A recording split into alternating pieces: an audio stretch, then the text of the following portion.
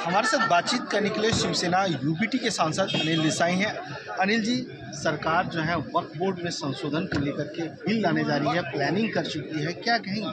किसी भी कायदे के लिए कोई भी लेजिस्लेशन करने के लिए एनेक्टमेंट जो जिसमें अमेंडमेंट्स आनी चाहती है, if amendment is in the interest of the people, अगर वो हितकारक रहेगा तो उसको लोग स्वीकार करेंगे। उसके लिए डिबेट होगी, डिस्कशन होगा, और जो नहीं होता है उसके ऊपर विचार विमर्श होगा कि भाई इसमें क्या किया। कांग्रेस पार्टी के वरिष्ठ नेता और राज्यसभा में उपनेता प्रमोद तिवारी मेरे साथ बातचीत करने के लिए हैं। प्रमोद सर, लगातार ये खबरें चल रही हैं, इस तरह की बातें आ रही हैं कि वक्फ बोर्ड को लेकर सरकार जो है सदन के भीतर एक प्रस्ताव ला सकती है जिसमें तमाम तरह के जो अमेंडमेंट है वो कर सकती है। इस फैसले को किस तरह से देखते हैं, और अगर वक्फ बोर्ड का अमेंडमेंट आता है तो कांग्रेस पार्टी और अपोजिशन इसको स्वीकार करेगा, एक्सेप्ट करेगा? देखिए, बड़ी सीधी सी बात है। जब ये सत्र का एजेंडा तय हुआ था, कार्य मंत्रणा समिति में भी आया था, तो वक्फ बोर्ड पे कोई संशोधन है इसकी इच्छा सरकार ने नहीं जाहिर की थी, पर आज वो लाना चाहते हैं तो बेहतर तो यही होगा जिसके लिए ला रहे हैं, पहले उस समूह से, उस समुदाय से, उनके नेताओं से, प्रतिनिधियों से चर्चा करें, फिर उसके बाद जो दल इनको सपोर्ट कर रहे हैं, जिस बैसाखी पर सरकार खड़ी है, अपना दल, जनता दल, तेलुगु देशम, इन लोगों से बात करें और उसके बाद लाना है अगर तो विपक्ष से वार्ता करें। हम ड्राफ्ट तो देखें क्या है, तो हम अपने सुझाव या प्रतिक्रिया तभी तो दे सकते हैं, हम देखें विषय क्या है, तो जब आएगा पढ़ने के बाद, विचार करने के बाद हम अपनी प्रतिक्रिया देंगे।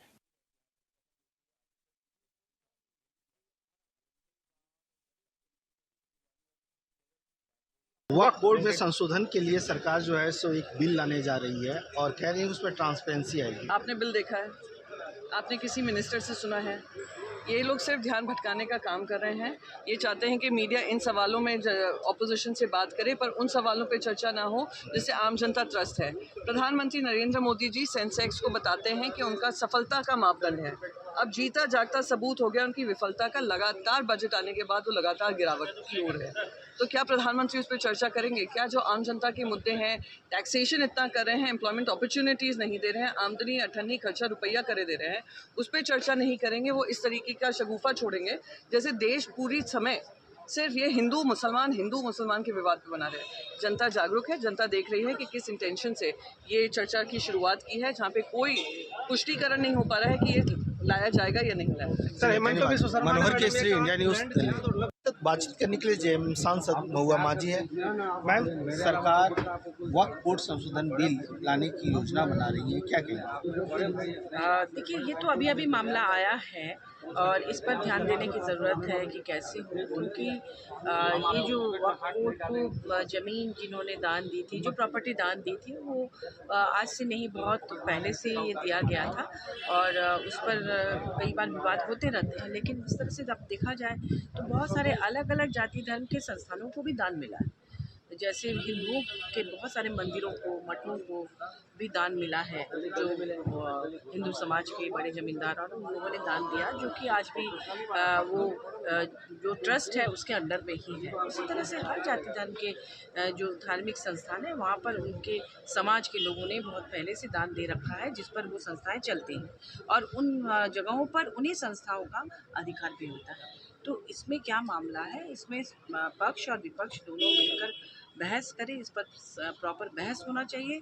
कोई कानून थोपा नहीं जाना चाहिए। दोनों पक्षों के बातचीत से धर्म के लोगों के और बाकी लोगों के मतैक्य के बाद ही कोई निर्णय लेना चाहिए, ना कि ज़बरदस्ती। जिस तरह से नोटबंदी का मामला आया और जीएसटी का मामला आया, इस तरह से एक तरफा नहीं। बीजेपी के राष्ट्रीय महासचिव राधा मोहन दास अग्रवाल जी हमारे साथ में मौजूद है। सर, वक्त पे जो बिल आया उस पे क्या बोलेंगे? सर, वक्त पे जो देखिए, हम लोग को अभी जानकारी नहीं है, लेकिन ये तो बहुत ज़रूरी बिल था। वक्फ बोर्ड मुस्लिम इंटरेस्ट के खिलाफ काम करने लगा है। बहुत सारे मुस्लिम विवाद वक्फ बोर्ड में जाकर फंस गए हैं। गरीब मुसलमान रोता है, परेशान होता है, उसकी संपत्तियों को षड्यंत्र करके वक्फ बोर्ड को दिया जाता है। बहुत बड़े बड़े मुस्लिम जमींदार जमींदारी उन्मूलन से अपनी संपत्तियों को बचाने के लिए वक्फ को दे देते हैं और स्वयं मुतवल्ली बन करके उस संपत्ति का सारा आर्थिक लाभ कमाते हैं। वक्फ वक्फ बोर्ड भ्रष्टाचार से भरा हुआ है। इनके ढेर सारे स्टेट वक्फ बोर्ड के जो चेयरमैन होते हैं उनके विरुद्ध एफआईआर तक दर्ज हुए हैं। मैं उत्तर प्रदेश का उदाहरण जानता हूं, फारूकी साहब हैं जिनके ऊपर स्वयं एफआईआर हुआ है भ्रष्टाचार के लिए। और उत्तर प्रदेश का सुन्नी वक्फ बोर्ड तो अकेला ऐसा वक्फ बोर्ड है जिसमें एक साथ 2 चेयरमैन काम कर रहे हैं। कहीं भी आपने नहीं सुना होगा ये प्राविधान। तो मुसलमानों के हित में है कि इस वक्फ बोर्ड की व्यवस्था को चुस्त दुरुस्त किया जाए, सही तरीके से सर्वे किया जाए और उससे होने वाली आय का उपयोग गरीब मुसलमानों के हित में किया जाए। सर, विपक्षी नेता बोल रहे हैं कि मुस्लिमों की संपत्ति हड़पने के लिए बिल लाए जा रहे हैं। ये तो देखिए हमेशा होता है। ये जो बड़े बड़े मुस्लिम नेता होते हैं या तथाकथित सेकुलर नेता होते हैं, ये कांग्रेस और समाजवादी पार्टी के, ये जिसके वोट की राजनीति करते हैं सिर्फ कुछ चुनिंदा जो बड़े लोग होते हैं उन्हीं के हित में खड़े होते हैं।